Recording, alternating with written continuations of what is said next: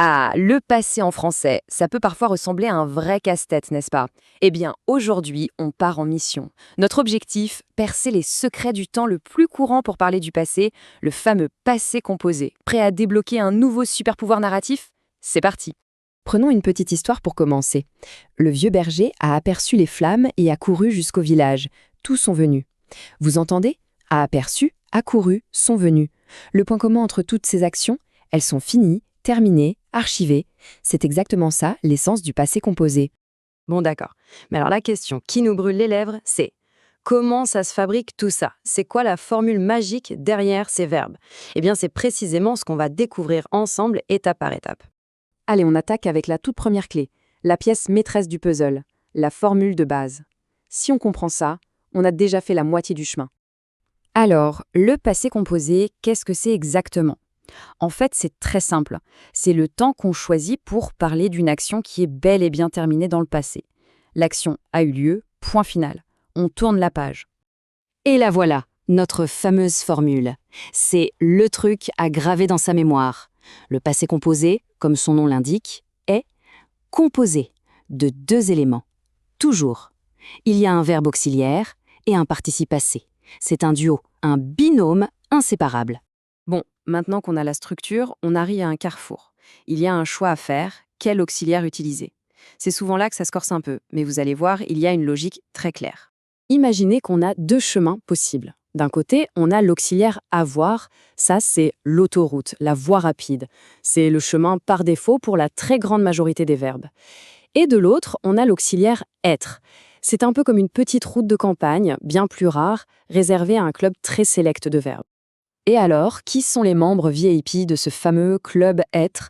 Eh bien, regardez la liste. On y trouve principalement des verbes de mouvement, aller, venir, partir, ou des verbes qui marquent un changement d'état radical, comme naître ou mourir. Vous voyez l'idée? Mémoriser cette liste, c'est vraiment la clé. Allez, un petit test pour mettre ça en pratique. Dans la phrase « Ce matin, je, arrivé en retard », quel auxiliaire en mettrait? Avoir ou être? Je vous laisse une seconde. Et la réponse est je suis arrivé. Logique, non? Le verbe arriver, c'est un verbe de mouvement, donc il fait partie de notre fameux club. Il prend donc l'auxiliaire être.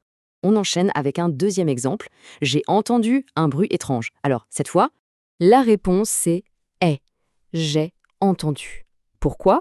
Parce que le verbe entendre, lui, ne fait pas partie du club être.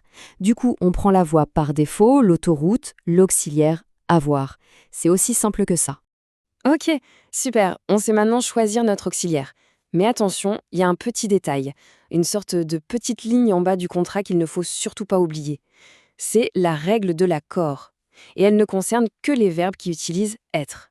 Qu'est-ce que ça veut dire, la règle de l'accord? C'est tout bête.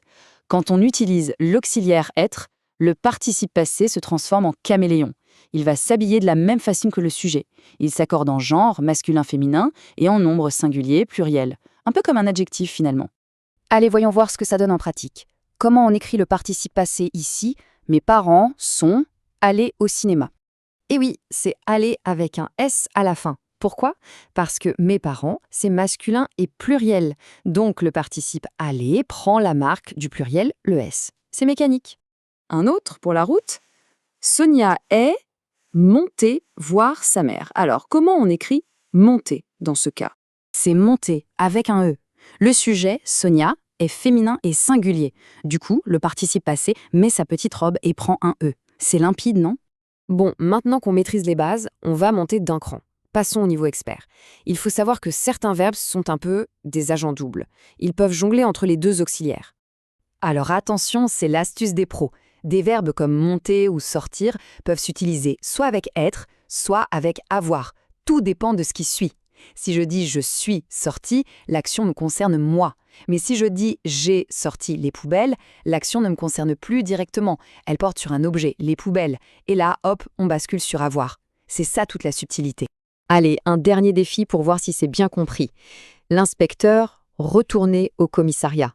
On dit « a retourné » ou « est retourné ». La bonne réponse est retourné. L'inspecteur est retourné au commissariat. Pourquoi? Parce qu'il n'y a pas d'objet direct. Il ne retourne pas une crêpe, par exemple. Là, il y aurait un objet. Ici, l'action de retourner porte sur l'inspecteur lui-même, c'est lui qui se déplace. Donc c'est être.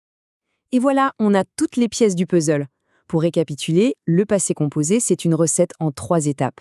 D'abord, on choisit le bon auxiliaire, avoir par défaut ou être pour le club des verbes de mouvement. Ensuite, on forme le participe passé du verbe. Et enfin, étape cruciale, si on a utilisé être, on n'oublie surtout pas de faire l'accord. Voilà, mission accomplie. Le code du passé composé n'a plus de secret. Vous avez désormais tous les outils pour voyager dans le temps et raconter vos propres histoires.